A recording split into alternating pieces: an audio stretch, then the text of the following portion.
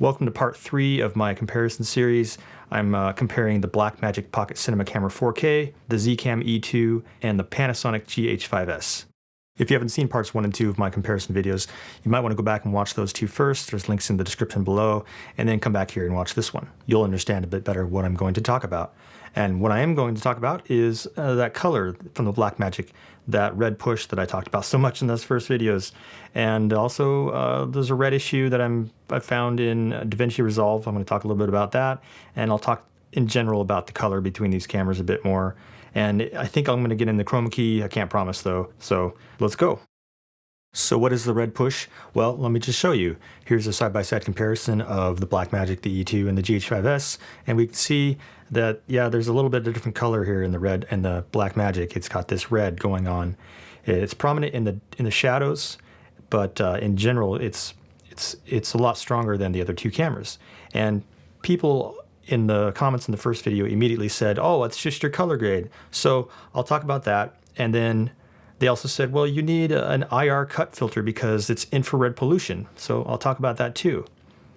First off, let's just show this footage ungraded so we can see what it looks like without me doing anything to it. There's a lot of misconceptions about raw footage. I've had people ask me, what profile did you use with your raw footage? I say, well, it's raw data. It doesn't have a profile. There's metadata that says, oh, this is supposed to be Blackmagic film profile or whatever, but it's just sensor data, and it's all about the software interpreting that data into an image.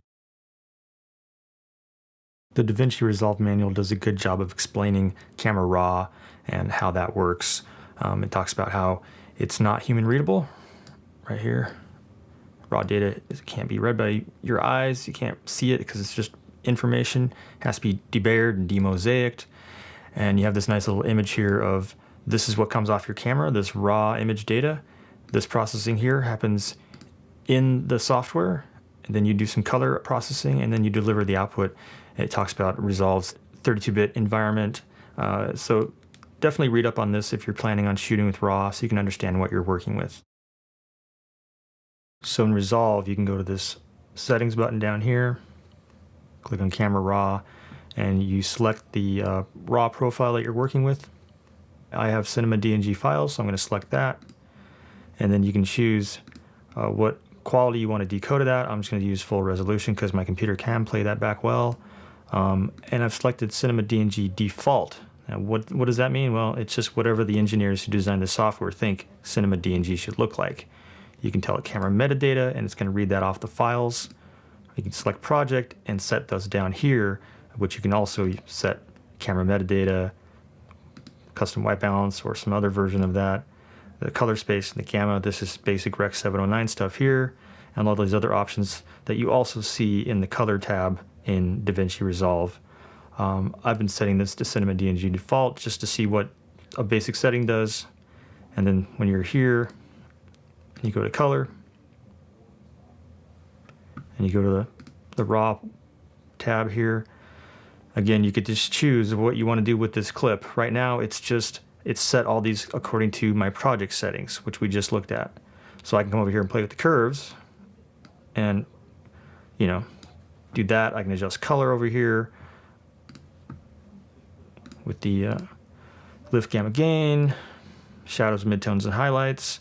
I have white balance, tint, I have saturation, all this regular control, but this is all after raw. These are not raw adjustments, these are DaVinci Resolve color adjustments, but it's all good because it's in that 32-bit floating point space or whatever, so you don't have to worry about blowing something out, losing information. Even though this shows clipped over here, you could still pull that down using, using your curves if you want. See, I can pull that way down and it's still there. To really understand DaVinci Resolve's raw settings, you should go to the manual. Here I am, Chapter 5, page 127, DaVinci 15.2 manual. And if we scroll down to the next page, we'll see here's our Cinema DNG. So let's go there. And it talks about Cinema DNG, talks about the settings that are in DaVinci Resolve. And if we scroll down a little bit further, it has this little blurb about Cinema DNG and Blackmagic Design Film. And if you read through this, it says down here, you should normalize clips using Blackmagic Design Film. using Resolve Color Management, RCM, by making manual adjustments to color and contrast, or by applying a LUT using the same techniques as discussed earlier. Basically, this means you can do whatever the heck you want with this stuff. It's up to you how you want it to look. If you want to let the software do its thing by selecting, saying, hey, use your Blackmagic film look, or make your own adjustments, or use a LUT, it's up to you. You can do whatever the heck you want, right? There are no rules when it comes to this stuff. So back on the color tab, I'm going to adjust our settings here. So Cinema DNG default looks like this. Set camera metadata looks the same. Project looks the same. Even clip looks the same. So what's going on? Well, basically all these settings are the same right now. If I go back to Cinema DNG default, I can't really make any adjustments to that. There's no way to adjust that. It's just what DaVinci Resolve interprets this data as. But if I go to project, I can change that one. So let me show you what this looks like. So decode using project. I'm gonna come down here and really tweak on this color balance so it's way over yellow. And there we can see that change now. So back to Cinema DNG, looks like that. Camera metadata looks the same. Clip still looks, well, it took on the white balance from the project actually. So there's our project difference. Camera metadata, it's reading what the camera had, which had a pretty decent color balance in camera because I color balanced in the camera. So that's why that looked the same before we made these adjustments. I've been going to clip because I want to have total control over all of these wonderful controls here. You got a lot of options here, which is really cool. And that's kind of the fun and the benefit of having raw footage is that you can make all these adjustments manually. So the white balance, look at this range, super yellow, all the way to very, very blue. And it doesn't fall apart. It keeps a lot of that information, it looks really, really good. You can see how my waveform over here is shifting dramatically, but it's not falling apart. That's just the benefit of all that raw sensor data, and you can really, really tweak it. Also the same with the tint. You can go super green, or super red, super magenta. Exposure. Just lots of flexibility here with these settings. So let's talk about my color grade. Let's go back to the color tab, and we can see that I'm using the groups. That way I can apply these colors to more than one clip. My clip node has nothing on it, nothing on the post, nothing on the timeline, just all in the group clip. So let's start with my first one here, and I think I just made some luminance adjustments here. You can see I'm making use of the entire range. My raw settings, I dropped the ISO down to 100, adjusted the tint a little bit, exposure down a little bit, saturation down a little bit actually, and added some contrast. I haven't made any color adjustments here. These are 0, D0, 0, saturation here is 0, and the tint and white balance here is 0. The second one, same story here, there's nothing set here, but I did do some tweaks on the color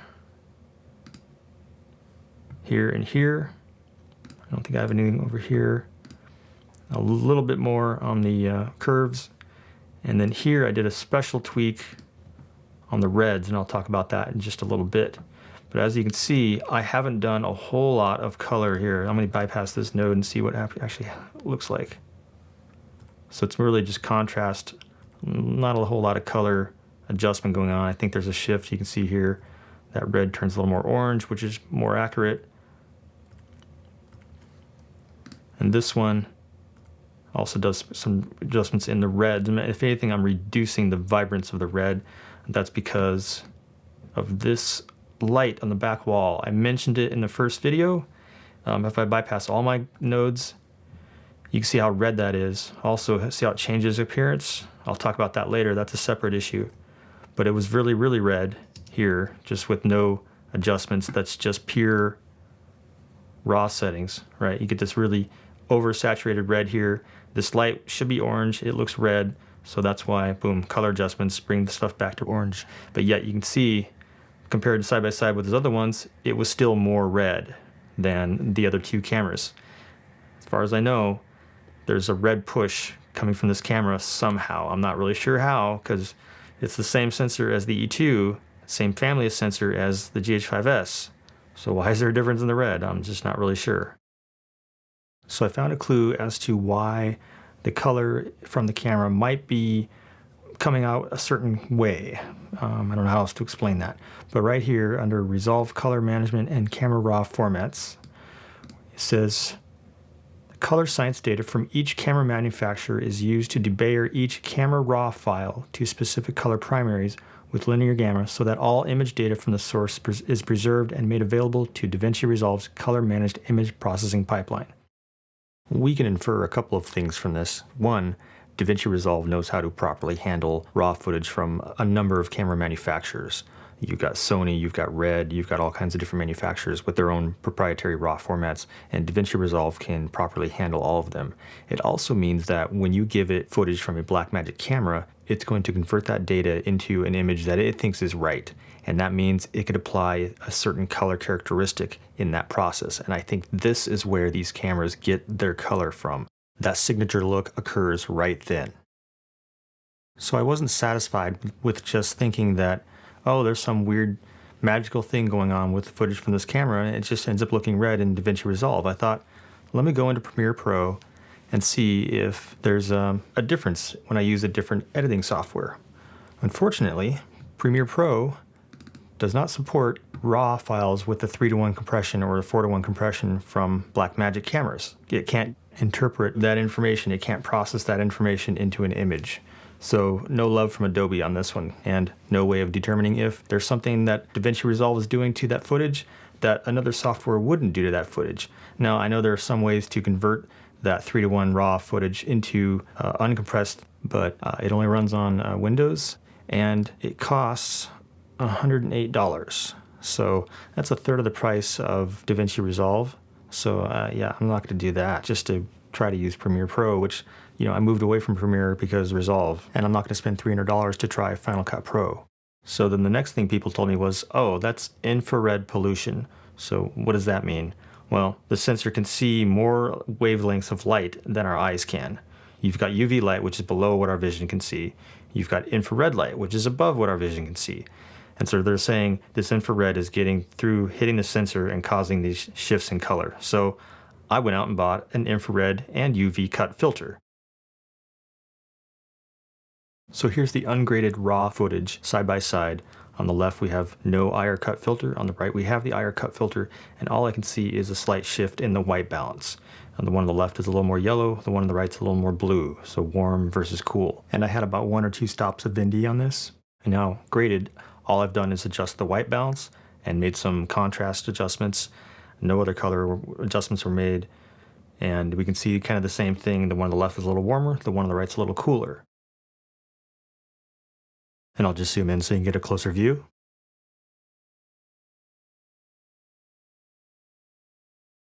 And here I've just adjusted the white balance on the one on the right so that it matches the one on the left.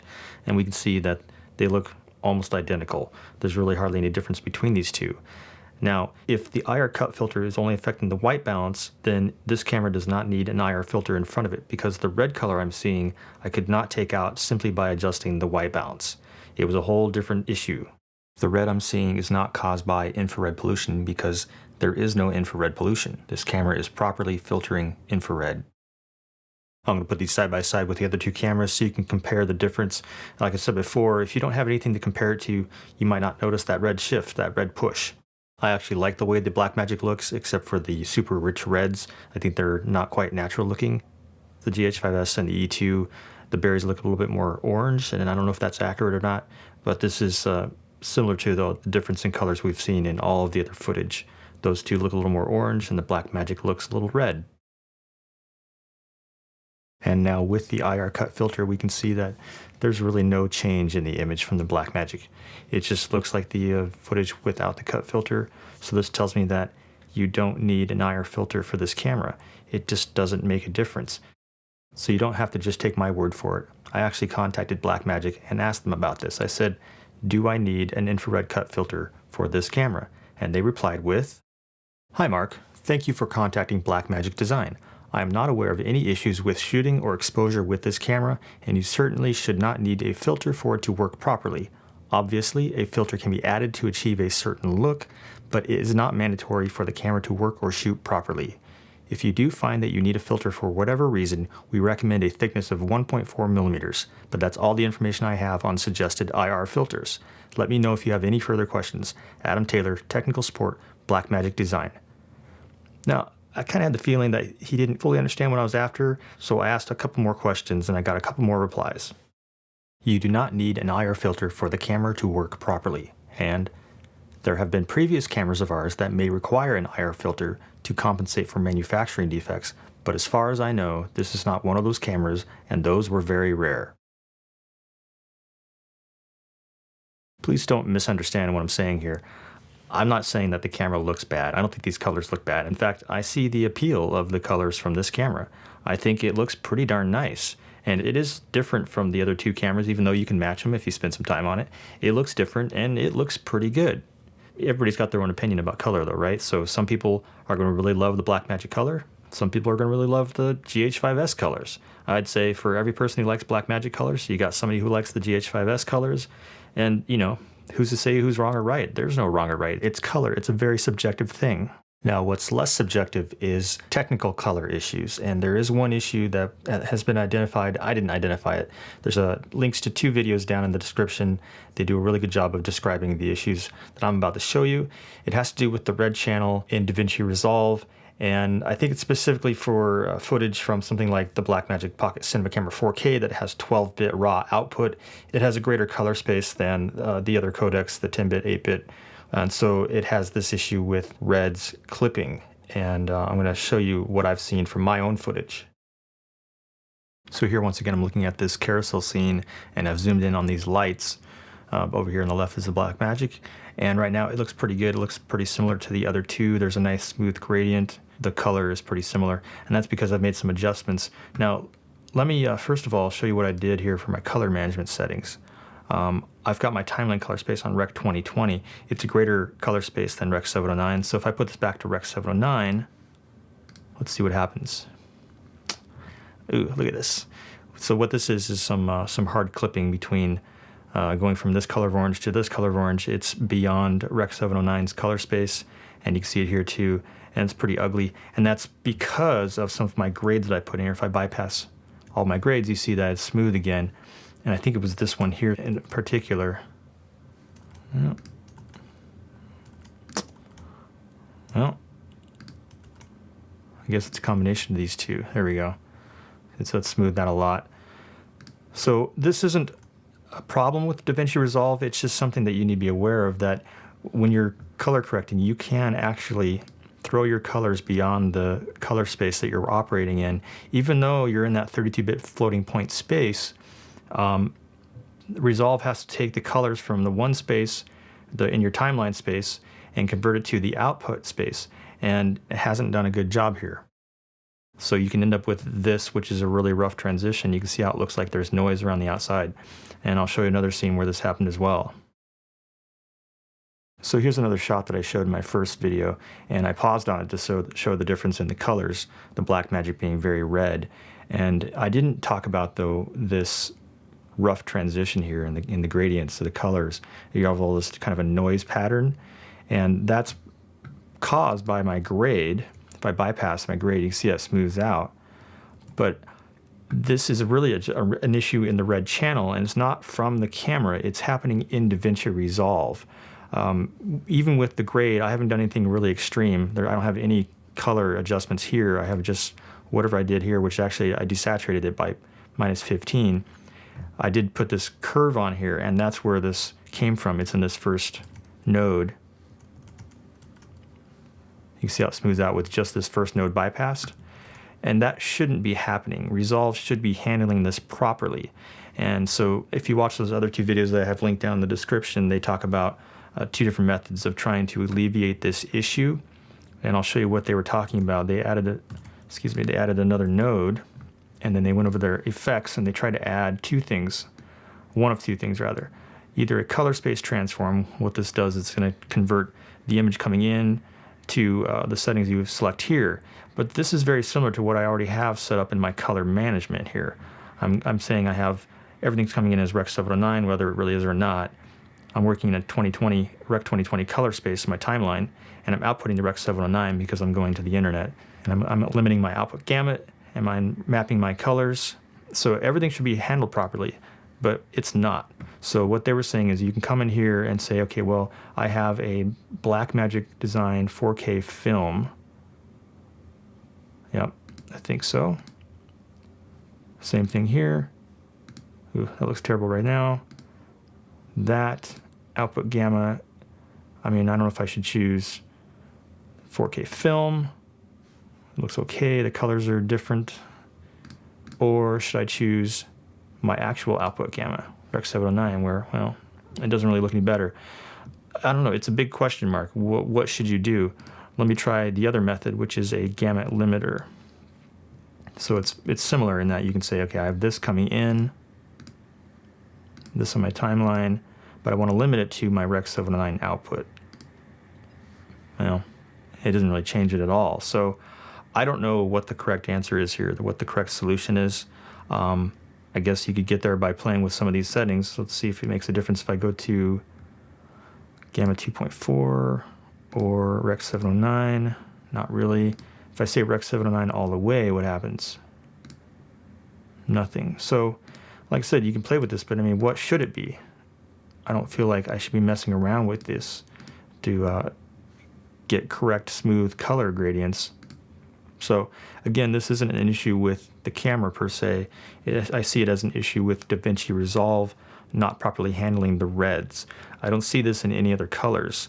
Blues and greens and whatever else, they're fine. They all seem to output smoothly. There's none of this weird clipping or rough gradient transitions going on. So one other thing people suggested to me was, why don't you use the LUTs that the manufacturers provide? And I thought, well, that's a pretty good idea. That should be a safe thing, right? So here I've got that scene again on the ice ribbon, and I've undone all of the grading. So there's no more group here. There's the timeline node and then the clip node, and there's nothing on it. I have just the same settings that I had for the raw, so I've reduced the saturation. There's some tint and white balance. And so this is a pretty neutral look. So here we have two of the LUTs that Blackmagic make for this camera, Blackmagic Pocket 4K film to video and film to extended video. So I'm going to try both these. Let me try the film to video first. And I can't say this looks very good. Still get this kind of extreme orange. This face looks kind of red and blotchy. There's this noise, which I think is inherent to the image. This is shot at night at a relatively high ISO, so there's noise here. But I don't think this necessarily looks any better than what I had with my grade. So I'm going to reset that, and then we've tried this one, the extended video. And this one's a little better. I can see there's smoother colors. Still have what looks to be a little blotchy reds, but you could tone that down probably with some color grading. So this isn't bad. Let me zoom out to 100%. But if I put this side by side with the other cameras, we can see that the colors are still different. There's still too much red. There's oversaturated reds in the Blackmagic. The building in the background is actually less saturated now, and this image still needs some contrast. It's much less contrasty than the other two. So there's a big difference still between this camera and the other two cameras. So at the end of the day, is this a big deal? Is it the end of the world that this camera looks a little different? No, of course not. Like I said, color is subjective. Everybody has a different opinion. And I think the fact that this thing has a different look is what makes people like the colors from Blackmagic. I have my own way of grading, and you might disagree with how I do it, and that's fine. It's going to look a certain way because that's how I grade. As we see though, even when you use the LUTs, there's still some difference in color. But like I said, it's not the end of the world. You know, if you like it, go out and shoot with it and enjoy it. I want to thank you once again for joining me in this video. This one took on a life of its own, well over 20 minutes now, but I appreciate you watching, and I'm sorry I didn't get to chroma key. I'm going to make that right now. It's going to be a standalone video since it'll probably be like 5 or 10 minute video by itself. So join me for that video, and please remember to click that like and subscribe button if you haven't already, and I'll see you in the next one.